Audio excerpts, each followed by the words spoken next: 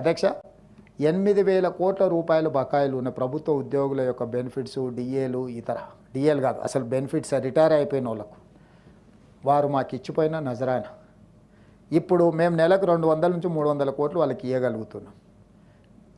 1000 కోట్లు నెలకి ఇచ్చుకుంటూ పోతే కూడా సంవత్సరం పడుతుంది వాళ్ళ బకాయిలు తీర్చడానికి. వారు ఈ బకాయిలు ఎగ్గొట్టేదానికే 58 ఏళ్ళు ఉన్న రిటైర్మెంట్ వయసును 61 ఏళ్ళకి పెంచండి ఇవన్నీ ఇవ్వాల్సి వస్తుందని. ఇప్పుడు ఆ 61 ఏళ్ళు పూర్తి అయిపోయినాయి, అందరు రిటైర్ అయిపోతారు. ఒక చిన్న అటెండరు ప్రభుత్వ ఉద్యోగి రిటైర్ అయితే మినిమం 50 లక్షలు ఇవ్వాల్సి వస్తుంది అధ్యక్ష. ఓ స్థాయి ఉన్న ఉద్యోగి రిటైర్ అయితే 1,12,00,000 మొన్న మా ఆర్థిక శాఖతో ఏదో సమీక్షిస్తూ ఒక ప్రభుత్వ ఉద్యోగి రిటైర్ అయితే ఎంత పడుతుంది ఆ భారం అంటే అటెండర్ స్థాయి ఉద్యోగి అయితే 50 లక్షలు పడుతుంది, కొంచెం స్థాయి ఉన్న ఉద్యోగి అయితే 1,00,00,000 నుంచి 1,15,00,000 పడుతుంది సార్ అంటారు. వేలాది మంది ఉద్యోగులు ఈ 3 ఏళ్ళు పెంచడం వల్ల 3 ఏళ్ళు పూర్తి అయిపోయి ఇప్పుడు రిటైర్మెంట్ బాటన పడుతున్నారు. 8,000 కోట్లు రిటైర్డ్ ఎంప్లాయీస్ యొక్క బెనిఫిట్సే మా దగ్గర పెండింగ్ ఉన్నాయి. దానికి కూడా కొత్త బడ్జెట్లో ఆర్థిక మంత్రి గారు నేను చర్చించుకున్నాం. ఒక పరిష్కారం చూపిస్తే ఎవరు ఎక్కడికి వెళ్ళాల్సిన పని లేకుండా వాళ్ళకి ఎప్పుడు ఇస్తే ఒక స్పష్టత ఇస్తాం, ఒక కార్యాచరణ చేసుకొని రిటైర్డ్ ఉద్యోగులకు కూడా ఒక నమ్మకం కలిగించి వాళ్ళు కూడా వాళ్ళ జీవితాన్ని ఒక ప్రణాళికబద్ధంగా నిర్వహించి ఈ ఫలానా నెల నా డబ్బులు వస్తాయంటే అతను ఎక్కడైనా సర్దుకోవడమో చెప్పుకోవడమో ఇచ్చుకునే వాళ్ళకు కూడా తారీఖు చెప్పుకోవడానికి ఉంటుంది. క్లియర్గా వాళ్ళ సీనియారిటీ ప్రకారం ఏ రకంగా చేస్తామో సంవత్సరం తిరిగే లోపల 100% వాళ్ళ బకాయిలన్నీ చెల్లిస్తాను మాత్రం నేను చెప్పదలుచుకున్నాను అధ్యక్ష. ఓవర్ నైట్ 1 నెల 2 నెలల్లో చేస్తామని నేను చెప్పినా అది అబద్ధం. చెప్పడం వల్ల వాళ్ళు ఇంకా మరింత ఆందోళనకు గురై 2 నెలల తర్వాత రాకపోతే ఆందోళనకు గురై సెక్రటేరియట్ల చుట్టూ పర్యవకారుల చుట్టూ తిరిగి అనవసరంగా వాళ్ళు ప్రయాసపడమే తప్ప 25 ఏప్రిల్ 1 నుంచి 26 మార్చి 31 లోపల సంవత్సరం తిరిగే లోపల ఫైనాన్షియల్ ఇయర్లో 100% రిటైర్డ్ ఉద్యోగుల బెనిఫిట్స్ అన్నిటిని కూడా ఇస్తాం. అదేవిధంగా మిత్రుడు డిఏల గురించి మాట్లాడిండు. ప్రతి నెల 1వ తారీఖు నాడు జీతాలు ఇవ్వడానికే తలప్రాణం తోకొస్తుంది. మా ప్రభుత్వ ఉద్యోగులకు నేను ఇక్కడ నుంచి విజ్ఞప్తి చేస్తున్నా, నెల 1వ తారీఖు నాడు జీతాలు తీసుకొని మనం ప్రభుత్వానికి కొంత సేవలు అందిద్దాము. కొంత సమయం పడుతుంది. ఈరోజు ఏమాత్రం ఏం చేసుకున్నా ఈ వ్యవస్థ కూడా దెబ్బతింటుంది. మన 1వ తారీఖు నాడు జీతాలు ఇవ్వడానికి రిజర్వ్ బ్యాంకు దగ్గర అప్పుడప్పుడు చేబదులు అంటారు కదా అధ్యక్ష, ఊర్లలో అంటాం కదా, బ్యాంకు లోను షూరిటీస్ కాకుండా చేబదులు మళ్ళీ ఇస్తాం. 4,000 కోట్ల రూపాయలు చేబదులు చేసి ఫస్ట్ నాడు జీతాలు ఇచ్చిన అధ్యక్ష. రిజర్వ్ బ్యాంకును ఇంకో 4-5 రోజులలో నీకు సర్దుతా నాకు వచ్చేదాన్ని బట్టి చేబదులు ఇవ్వని రిజర్వ్ బ్యాంకులో 4,000 కోట్ల రూపాయలు తెచ్చుకొని ప్రభుత్వ ఉద్యోగులకు 1వ తారీఖు నాడు జీతాలు ఇచ్చిన అధ్యక్ష. అందుకే దయచేసి మా ప్రభుత్వ ఉద్యోగులకి ఈ ప్రభుత్వం మీది, అన్ని లెక్కలు మీ ముందరనే పెడతా. ఏది ఎట్లా పంచుదామో చెప్పండి, ఏది ఆపుదాం ఏది పంచుదాం. మీ లెజిటిమేట్ రైట్ డిఏలు కావచ్చు, కరువు భత్యం కావచ్చు, ఇవన్నీ మీ లెజిటిమేట్ రైటే. కానీ నిజమైన జీతభత్యాలు 1వ తారీఖు నాడు ఇవ్వడానికే నిస్సహాయ పరిస్థితి ఉంది.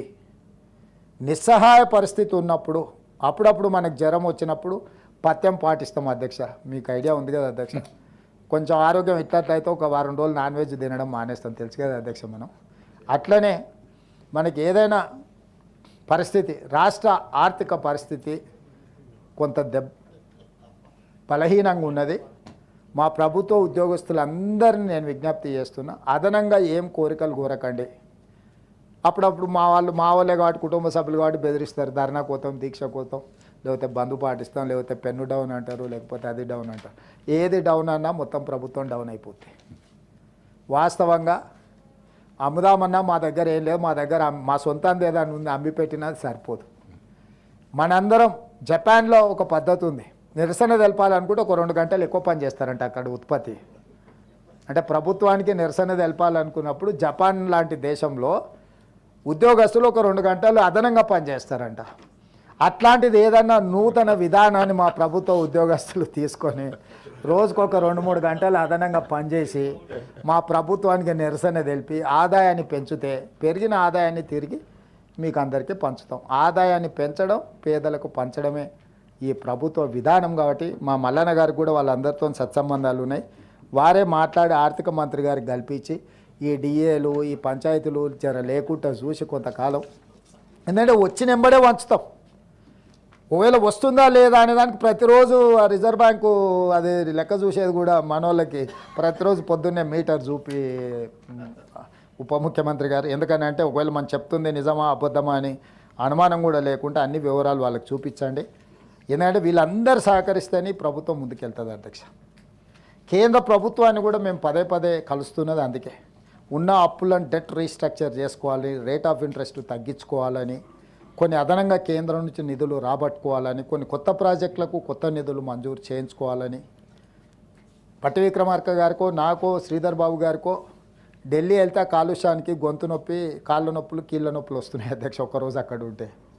వీటన్నిటిని కూడా భరించుకుంటూ ఎందుకు పదే పదే ఢిల్లీ ప్రయాణం చేస్తున్నాం అంటే కేంద్ర ప్రభుత్వం కూడా సహకారం అందించాల్సిన అవసరం ఉంది, వాళ్ళతో సహకారం తీసుకోవాల్సిన అవసరం ఉన్నది అధ్యక్ష.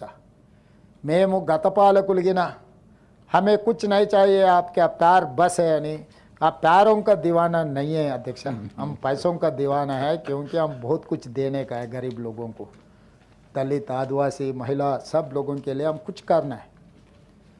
तो हमें प्यार के साथ साथ पैसे भी चाहिए, इसीलिए हम बार बार मोदी जी करने जा रहे हैं और बाकी के निर्मला सीतारामन जी सबको हम लोग मिल रहे हैं कि तेलंगाना तरक्की करना हमारा जिम्मेदारी है. इसीलिए हमारी जिम्मेदारी निभाने के लिए हम लोग कोशिश कर रहे हैं. దానికి పూర్తి